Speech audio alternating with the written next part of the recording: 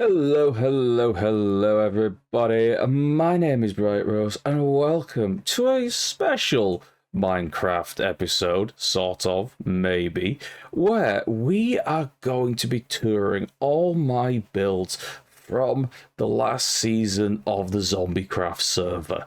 That's Zombie Cleo's Patreon server, for anybody that doesn't know. So yeah, we are going to be going around looking at all the various things that I built here, there, and everywhere across this server, from the shops, the buildings, just the random things that cropped up, and some of the build competitions that I was part of as well. So let's start by having a nice distant look at the island that I am currently stood on.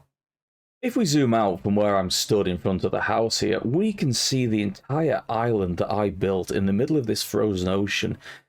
And it is entirely built from scratch. And yes, it does indeed go down to the seabed, because, I was apparently that committed and I wanted the look for it to fade away into the depths.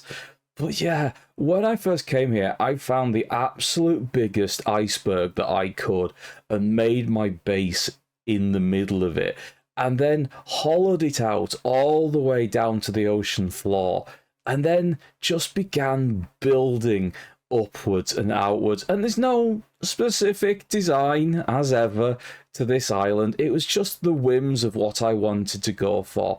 The only really plan that I had is that I wanted it to have cliffs all the way round the outside of it, and then have a kind of half-moon sickle dock bay at the very front. So that's kind of what I went for. And I wanted to have my big main house sat at the highest point of the build, and then a load of little Minecraft villager-esque houses, but with a little bit more detail added in, sort of mimicking the main house in a slightly smaller way. So that's what I kind of went for. And then what I wanted to have from that was a number of pillars, a number of sea stacks dotted around the outside of the build. It's a kind of just within render distance, which is what I've got going on here. Again, rising out of the ocean. And from beyond that, I was going to build an ice course that went all the way around the outside of them, with lots of little hidden traps and things like that dotted around. The story of the outside of this base is somewhat written with the various interactions and things like that I had over the course of the season on ZombieCraft.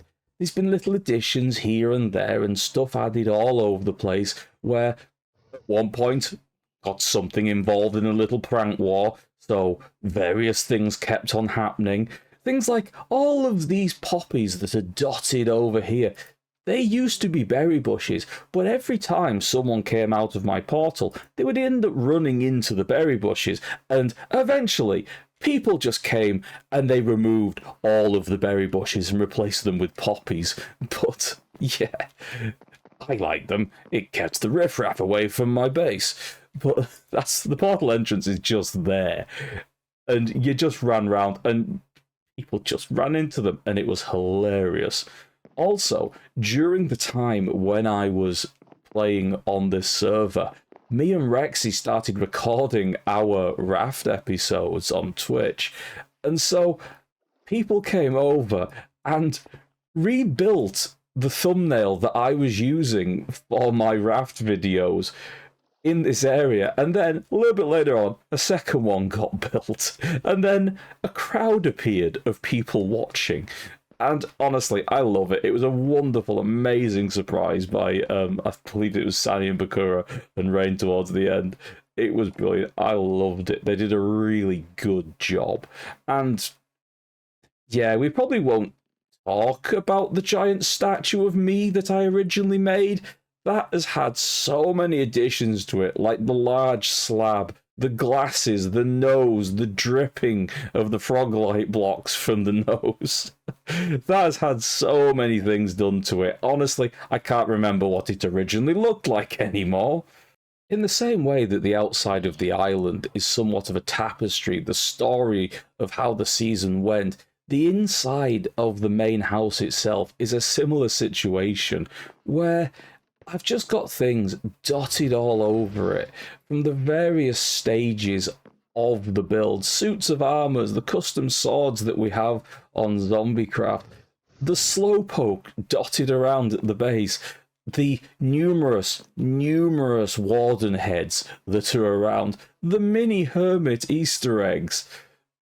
So many things, and there's an awful lot of deep slate, diamond ore, my little computer station. Oh, there's so many things around here. This is a balloon that I stole from one of the server events that is now just bobbing around on my ceiling. And all the various different bits, my trophy room from the various things that happened throughout the course of the season. Little eggs, shields from events, one of Push's crossbows that was dropped, pots of gold, all of these things. I love it. And if we go up here, we have my armor stand room, because I always like to build an armor stand room where I can store all of my stuff. And theoretically, just come up here, get all the components that I need, and just do whatever the hell I want and plan out the various builds that I've got. I love this little room. It's built into the roof, as you might be able to tell, but it looks brilliant. And also, decidedly sinister when you take into account some of the various things that are going on. Although, I think my favourite room in the house has to be my bedroom. I love this room. It came together so well, and I always love building a really detailed bed. Nice and big, with lots of fluffy pillows, and the most adorable little teddy bear sat there. And of course, I've got some giant statues of myself using the pole arms from the weapons mod that we've got on the server. And there's just purple and magenta all over the place. Countless posters, banners and things from various points. Gold and more heads dotted around. Chests upon chests full of stuff. Ah, it's brilliant. Little memories dotted here and there. Axes thrown into the wall. Brilliant. One of the things I really wanted when I built this base is, whilst I wanted all of this stuff to happen on the surface of the island, I also wanted there to be a lot going on underneath the island. Different corridors and things like that, hidden away, that you wouldn't be able to see in the initial build. And to that end, there's a number of hidden, sort of hidden, honestly, everyone knows where they are now, little ways to get down into the main proper base underneath. And also, the visible name tags on the various armor stands kinda give it away that there's something going on under there. But, you know, let's go and have a look anyway. So, the main way down, sneaking past the Guardian of the Cave here, is this little doorway that comes down here, and you get into what is the original areas of the base. And when I initially carved out this area, and that's where the base is, and there's other little things dotted around this entire biome that I've built, but the original bits of the base that I made are down here in the depths, and I kept the ice from the iceberg as well to give it that frozen look as you go down. We have this area down here. This was the original position of my nether portal. And this is where my villager breeder is, so I can mess around down here. And we've got the melon and pumpkin farm, we've got the automatic wheat farm, to get all the materials that I needed. You know, some melon slices apparently. It never worked 100%. No idea why. But yeah, one of the things that I sold was villager heads. So this was my automatic villager breeder, where they'd come down, take their profession, and I do have my own set of villagers down here just for the various things that I needed, such as leather workers for armor and things like that. My own farmers, so that I could get emeralds and things like that, and stone cutters for, you know, obvious reasons. that sort of thing. But yeah, this is where I got all my villager heads from, and I killed so many of them, and there's still a good deal left over. Running back up the stairs, we're going to get to what I would call the base proper. Again, it uses my favourite building technique, using this stone brickwork and the spruce, and it incorporates all this ice, so you can look like it is carved out of the iceberg, or maybe it's frozen its way in, and these corridors made up the passageways between all the various different rooms. And the very first one that I made, with Snowy Assassin here, who walks his way in to the original construction and just stayed here and has been here as long as the base has been here. We have my little storage room. Now, I did always intend for this to be automatic, but it never worked out. It's just a manual one. Hello, Jelly. I hope you're happy. But yeah, I always intended it to be automatic. It never panned out. Does it matter? No. Not at all. Love this little room. A lot of the other things that come down here, there's various little rooms. They all had a purpose. They're all individual rooms that had their own little reason for being here. Like, this was my netherwart farm. Just a manual little thing. I didn't need a lot, not a lot of potion brewings, because, you know, you can buy half the stuff you need in the shopping district. So this was just a nice little room to have here. This one, it never got adapted as far as it should. It never even got a proper floor. But this was just a stone generator that I could just AFK at every now and again and dig my way through. It's also exposed what is basically the remains of the iceberg that I built my base into. Running down the main corridor, we get to some of the more used rooms, such as my super smelter. Only a small little one, didn't really need to be much, but again, built into the iceberg and decorated to look like, even though it's full of furnaces, it's still frozen. And to be honest, I had a constant amount of trouble where I ended up putting ice somewhere and then coming back a little bit later and finding out that the ice had melted and flooded all over the place because it was slightly too close to a source of light or something. Right next to the super smelter, we have the lava farm. It's quick, it's simple. You take the lava, you lob it in these barrels here, it gets thrown into the farm next door. On a easy, simple, quick. Doesn't need to be anything like that, but really like design. And yes, I hear them. Hello. My screaming goat breeding farm, because I needed a lot of them. Are you going to charge me? Oh, Fluid, why would you charge me like that? After all I've done for you. There was more. There was a lot more goats that were named that were running around this place. But for reasons that I have never been able to discern, lots of them disappeared. I think they could still be in the walls. I'm honestly not sure. Yeah, I heard you, Fluid. Just stay there. That was just another one of the little material farm rooms. And down these corridors as well, we have more little material farms. We have a cactus farm. The usual setup for your cocoa bean farm. And there did used to be a sugarcane and bamboo thing in this side, but I tore it down in favour of building a bigger one later.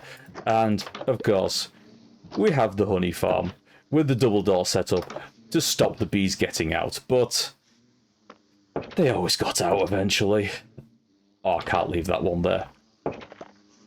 Go on. Back you go. Get in. There we are. This is probably overflowing with honeycomb now, but I'm never going to sort it out. Another one of my favourite little rooms is my own little private potion brewing room. Just because the level of little details and things like that that I added into this place. And the fact that I filled it like some sort of mad scientist room with these little specimen cubes dotted around the place. It was just entertaining to build this. And hello, Andy. Yeah. Andy's been here for a very long time.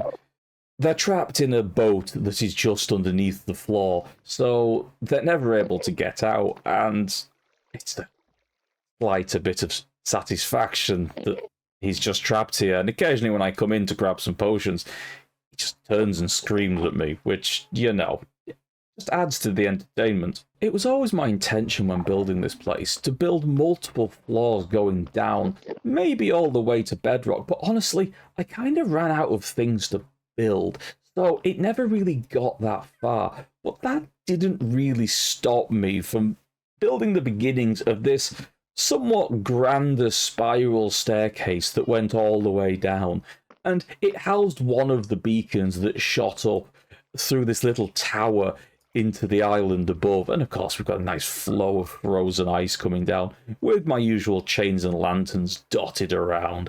But I was really happy with this staircase, and again we've got some diamond blocks as a just decoration dotted around. And I came back and I added bits to this constantly as I tried to improve it and just add little bits more here and there, some more detail, maybe a little bit more tough, maybe a little bit more of the mossy stone brick and things like that. And then I got the idea to add the skulk into it, just rising up from the bottom. And I think it really finished it off. I love this little corridor walkway.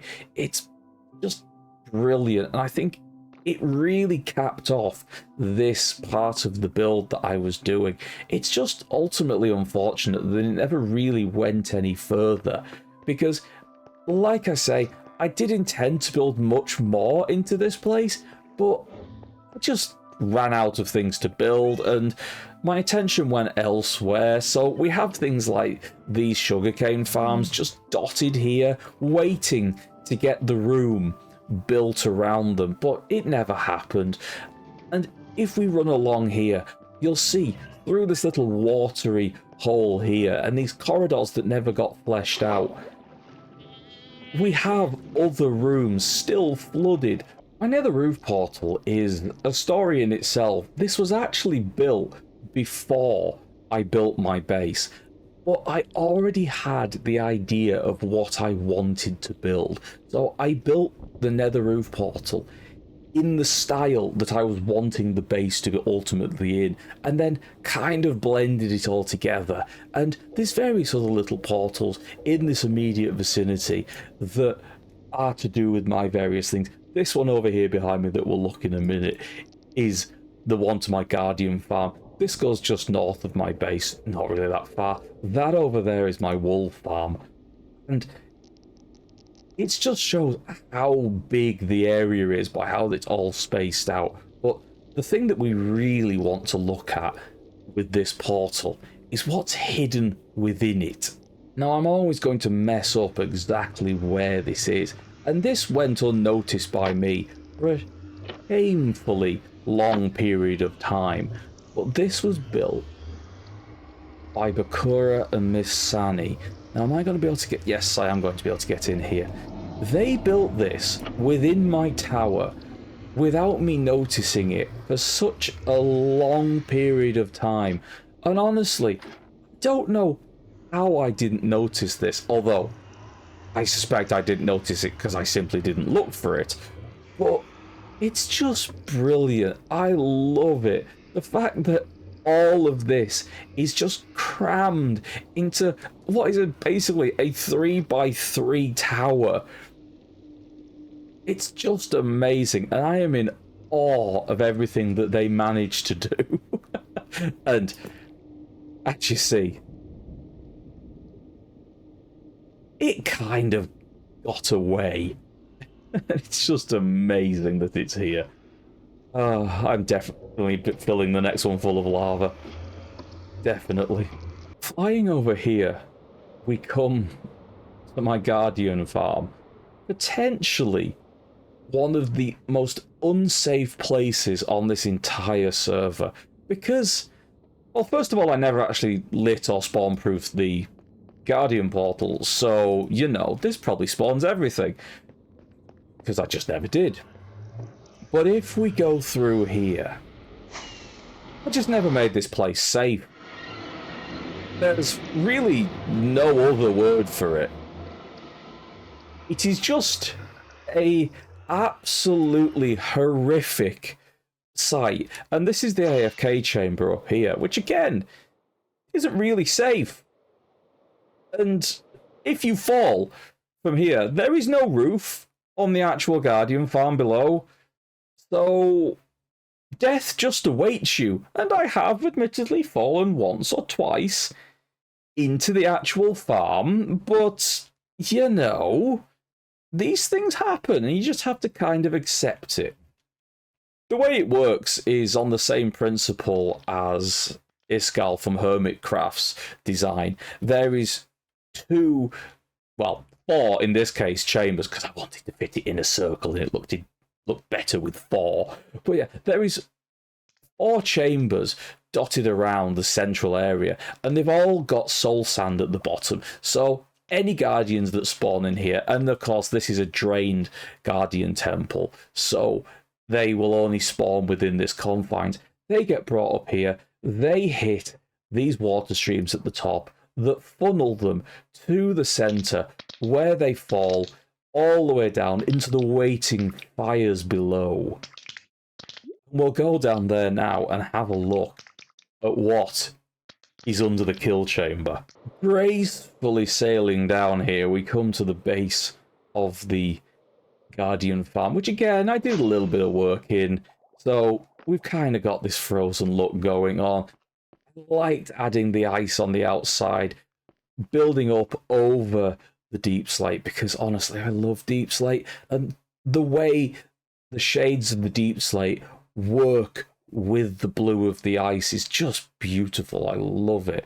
But if we come down here, we get to this area. And what we have, as well as the storage system for all of the stuff from the Guardians as they die, we have two sculpt catalysts that feed into this area.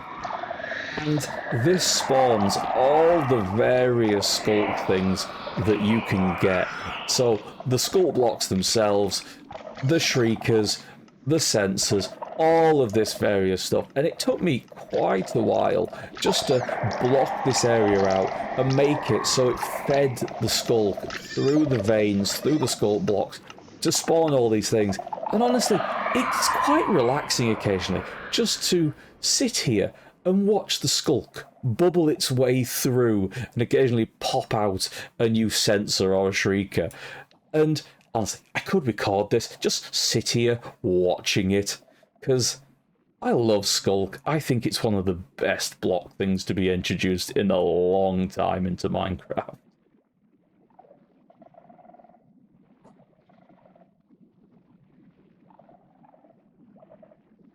Standing in the spawn point for the server here, the Red Fort, I see that one of the random things that I built down here on this tower, that being, you know, my eyes and a grinning face with a tongue sticking out off the top of this here, I built it with the intention of I would put it there, it would last maybe a day, and someone would eventually get rid of it. It stayed there for months and months, and then the tongue started getting longer, which was entirely nothing to do with me. But now I come here for the first time in a while and I see that someone's finally removed it, which, you know, good on them.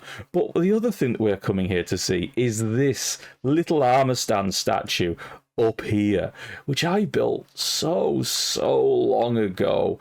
Just this guy climbing his way up this chain, and his little friend below him who had a map of the general area that was positioned upside down, but I can tell now that for some reason the map's disappeared. And this was one of my favourite little hidden things, just dotted here for anyone that happened to be flying around to spot. Probably only fitting as we're here at spawn that we go to the little spawn town where everyone's got their own little first builds dotted around, and we go to Rosie's starter mine. The very first thing that I built on ZombieCraft, just this little mine with a little me sat at the bottom roasting some marshmallows on a fire. And I love this cave. Doing stonework like this is one of my absolute favourite things in Minecraft. And this just summed it up. It's brilliant. This is what I love making. These sort of little builds like this. I'm so happy with how this came out. Making our way over to the shopping district, I have so many little builds dotted around this place, and we're going to take a moment to go to each one of them. But the one that I want to go through first is the Vegas Island that me and the Shenanigans Central crew started building, and we never finished it, but it was so much fun working on this, building the volcano, building all the little houses and things like that, knocking the island out, and the Statue of Liberty, or the Statue of Cleo as it was going to be, and all the copper that we needed for this, and the heads Mount Rushmore style at the back, the Ferris wheel, which is beautiful, the road systems, all of the builds and things like that that we planned on putting all over here. And, well, it's regrettable it never got finished, but we went on to go and do other things. So, you know, it's a shame, but we had so much fun when we built it. But one of the things that was hidden underneath this island is frankly, a masterwork of note block by Lemony. And I have no idea if I'm going to be able to get this thing to work properly, but we'll see. Oh, I'm definitely not going to be able to find my way around to the start of it. Oh no, I accidentally tapped a block. Sorry, Lemony. That's probably fitting. Right. Let's see if I can get this thing to work.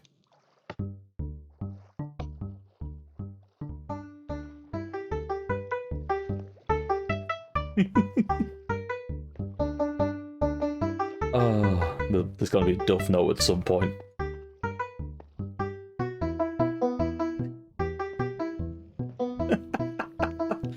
Oh, Lemony is a genius.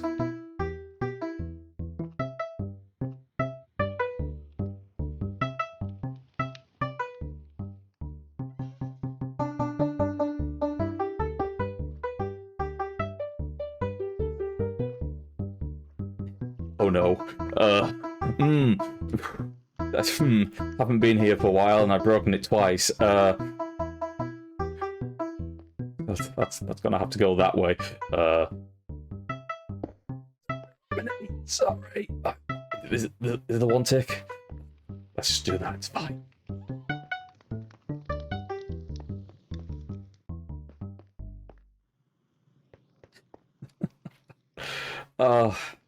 It's amazing. It is just amazing. My hat's off to you. Honestly. We're going to start with my smallest shop first, I think. One that, again, was never really intended to be here that long. And that is this little slime stand here. Which I just set up initially over on this side where this red carpet is. And it was just these two zombies carrying this double chest with the slime in it. But this rocket shop here, it has an explosive thing that goes off, and there's probably no TNT left in this now. Nope, no TNT left in it. But it has TNT that goes off underneath it when you walk through. And this caused the detonation of the front zombie. So when I rebuilt it, I threw it over here, looking as if this sad, unfortunate zombie had been blown apart and splattered across the road, and his friend had dashed across to help him, abandoning their wares to the side of the road to care for his dying, I suppose, friend. It is a sad tale, and it probably went unnoticed by so many people. But it's there. My two final shops are up in the air, high above the shopping district, because land was something of a premium. So I ended up going upwards, and the one that we'll go to first is this one here, with little me sat on top, looking down.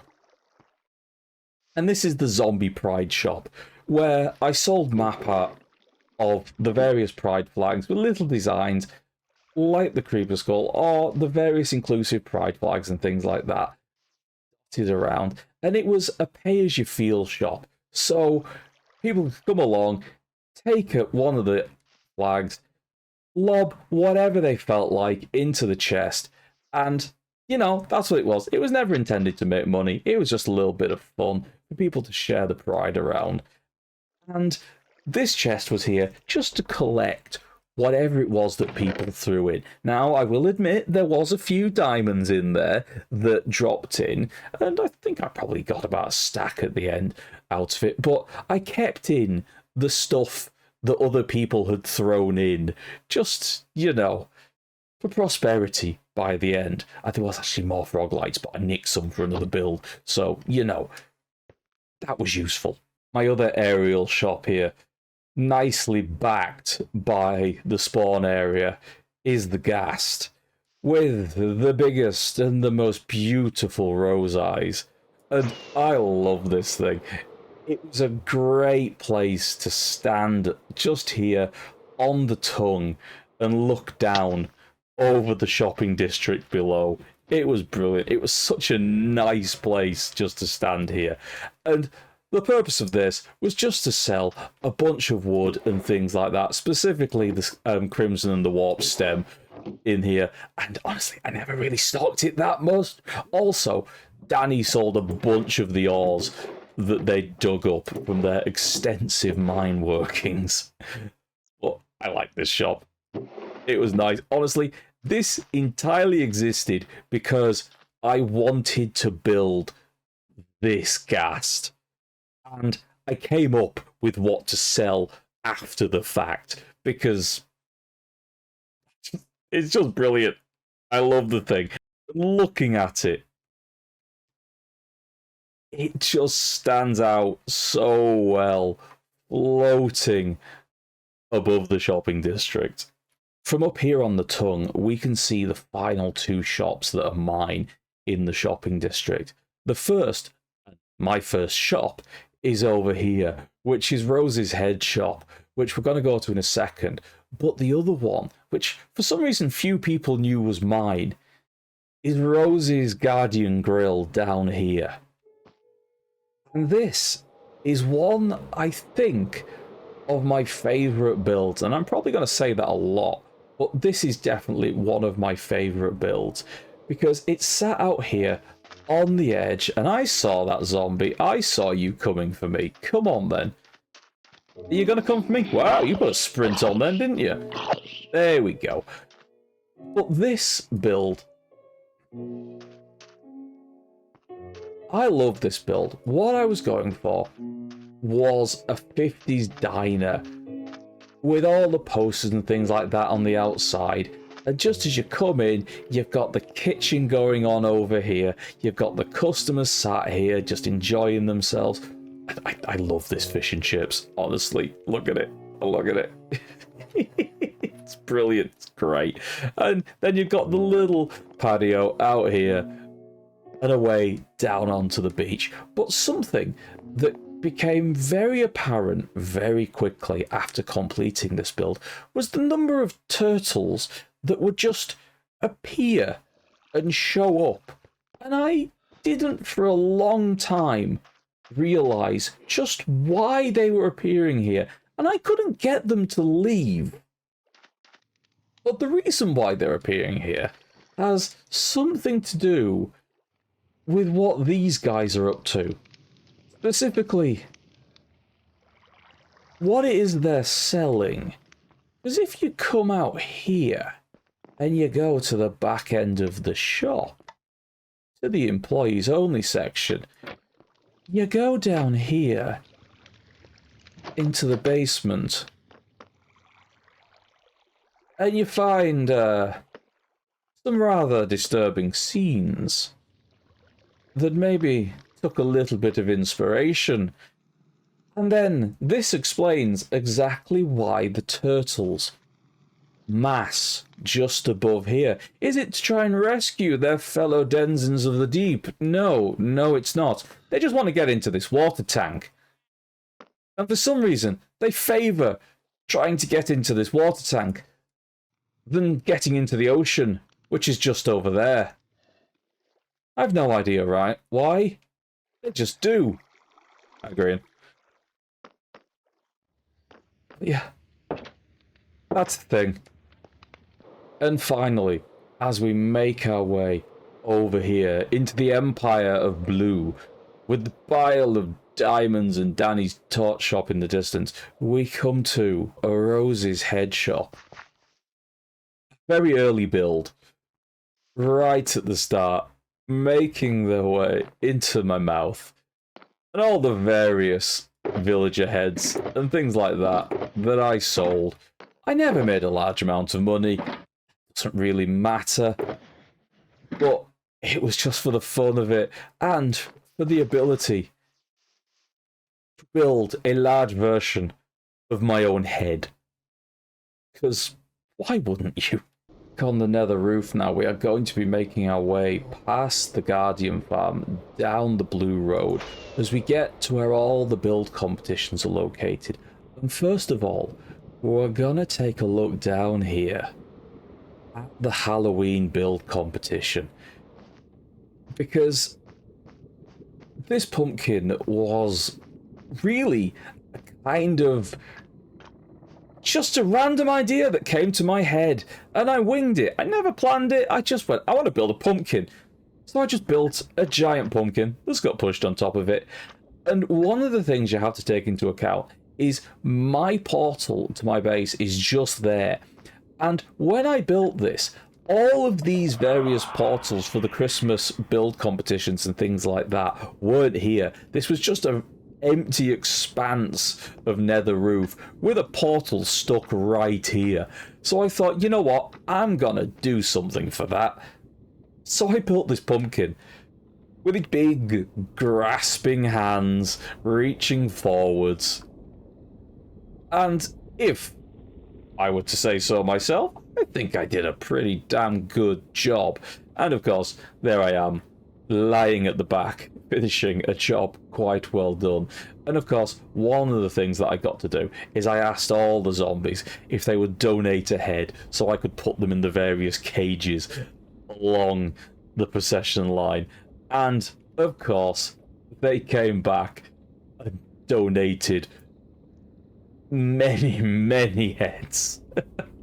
So here they are, all chained up, awaiting Zombie Cleo's arrival. We can go inside because, you know, there's a nice dripping tongue inside.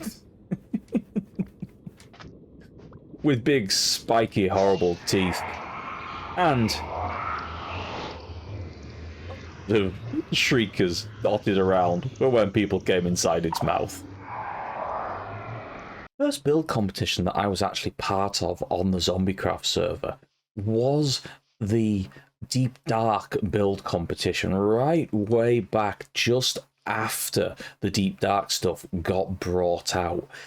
And I didn't really do much. I came in late. I just had to throw something together, and I built it right at the edge of the actual area. And to be honest, I wasn't actually online for when the judging of the build competition happened, so it's not like I even got a chance to show it off. Coming down here onto the beach and coming around this corner, we find this little mine here with some workers sat around just doing as they do.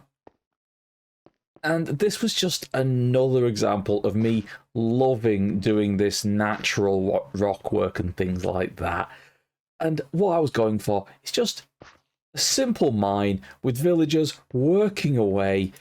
And then as you work your way down back through here, you get into the deeper parts of the mine.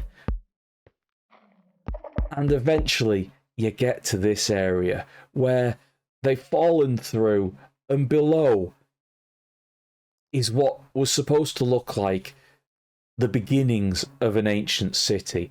And you might have heard it just as we were coming down these steps, but just behind here, there's a sculk sensor that triggers off a few note blocks, giving the thump-thump of a heart. So as you work your way down here, you hear the warden's heart beating, and then you get down here to see this. And from what I'm told, when this actually was shown off during the build competition, a lot of people came down here, saw this hole, and jumped in to have a look around.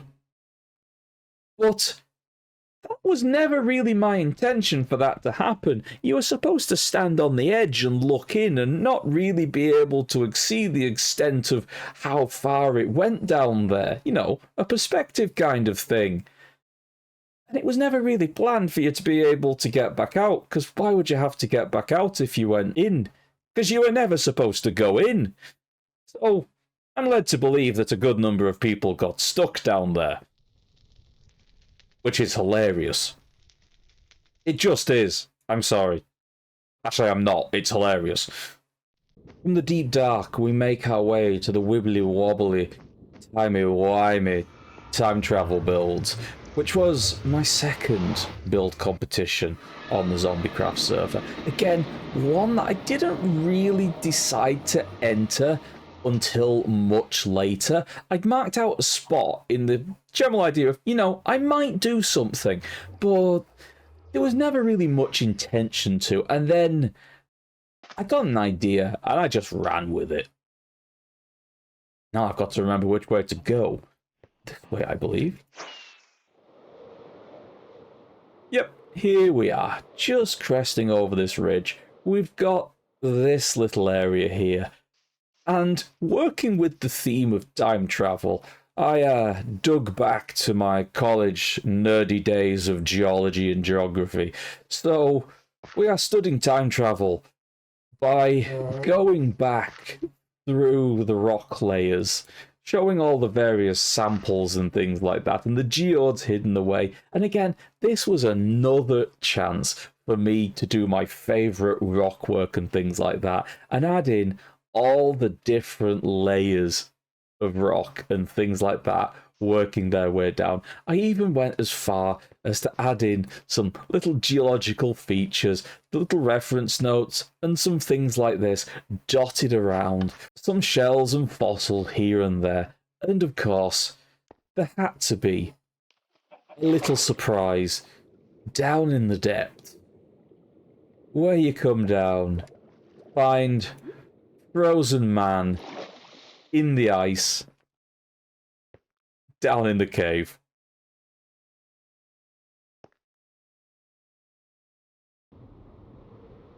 It must be pointed out, this has nothing to do with me. That I actually remember. I'm fairly sure it doesn't. Ah yes, the Games District portal. One that I'm not going to comment on, because I can already hear its creator's ego pulsing with anticipation. But no, we're not going to give him the time of day. We're just going to go and look inside. Now, games and redstone aren't really my strong point. So I just did something really simple. And honestly, again, this place is full of wonderful builds and things like that. So what I ended up making was just a simple throw the snowballs, hit the target, drop the Cleo armor stand into the water. And it would loop around through a water stream, drop down again, and reposition itself. Although, at some point, it seems to have stopped working, which is kind of unfortunate. But, you know, it was entertaining. Or maybe Leo turned into a chicken? Ah.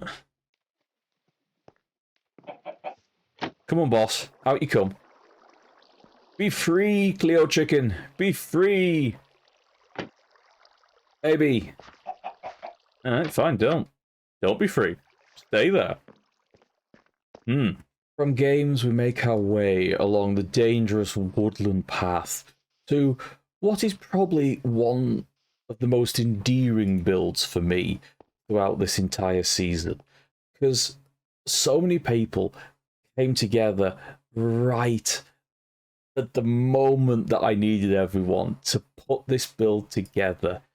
And that build is, of course, Pizza Land. A stupid idea that I threw together and built so very, very quickly with everyone's help. And it's just insane. It shouldn't be a thing. It shouldn't work. But so many people did so much to make this thing work, who came in building all of the little details dotted around the place to make this thing work. People who brought materials, just added a few minutes here and there, added their own builds in, just helped make this place what it is. And frankly, it makes me so happy to see this place. The fact that it rose from the ground in such a short period of time and was finished mere moments before the build competition started. It brings me a lot of happiness to think about this. And just the stupidity that is involved with all of this build. Because why not? Let's make a Disneyland. But pizza. And of course, there are some wonderful little details built by the Shenanigans crew, just dotted around this build. And this is one of my very favourites. Just this little celebration here, with Sunny coming in with their food, in this little diner. It came together so well, so nicely. I just love every single little bit about this build. And don't worry, Pizza Land will most definitely make a return in the next season of ZombieCraft.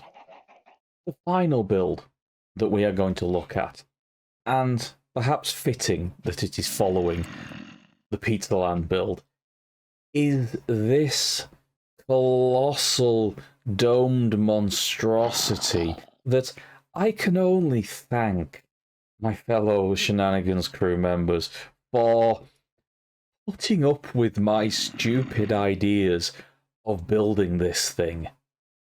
Because when, at some time really early in the morning, I said to Rexy, you know what? I think it needs a dome. We need to put a dome over it so we can get the right light levels. There wasn't a, oh god, no, we're not doing that. It was a, yeah, we can probably do that. Let's do it. It will look better. You're right. It was a lot of work. But yes, this, it's a great build. It was the last thing that we really all got together and did on the server. And I think it was fitting because it's brilliant.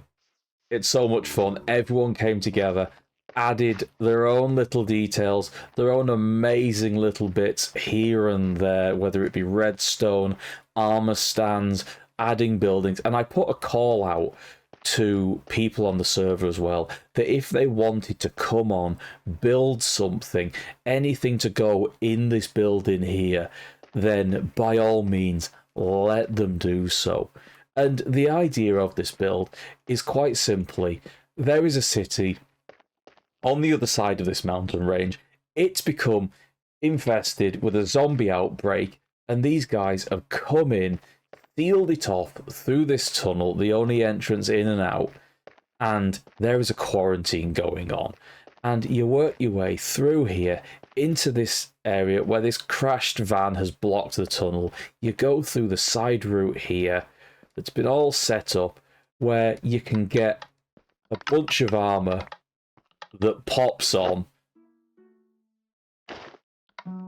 as you make your way into here. And Lemony once again excelled himself with the sounds all of the stuff that's going on underneath here.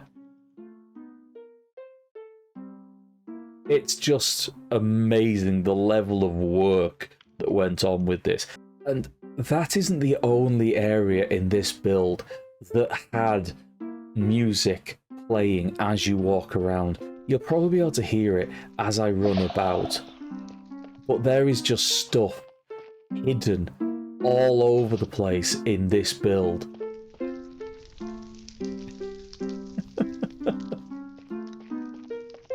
And it's just amazing. Again, much like Pizzaland, people came together with this build and just absolutely excelled themselves with everything that was added in here. And I think the only way to really take it all in is to drop into free cam, just have a fly around. And of course, there's probably going to be a bunch of zombies still roaming around this area, because one of the things that we did, I say we, Rexy pulled an absolute blinder in doing this, is there was a zombie spawner under the back over there behind these buildings that Rexy was able to channel all of the zombies throughout the various buildings here, so when people walked around and triggered various trapdoors and things like that, they would be able to drop zombies on them. And it worked so well, and we swamped so many people during the showing of this in the build competition. It's just amazing. And the skills that people brought into this build to get it all to work, I'm in absolute awe. There is some amazing armor stand work, some amazing builds just dotted throughout this city. And again, I'm so grateful for people coming together and building this. It is an amazing testament to everyone's brilliant work. And whilst I'm here, I'm gonna have to fly up and take a look at this amazing armor stand and block work done by Rain to build this scene here of people fleeing out the top of this building onto the waiting helicopter.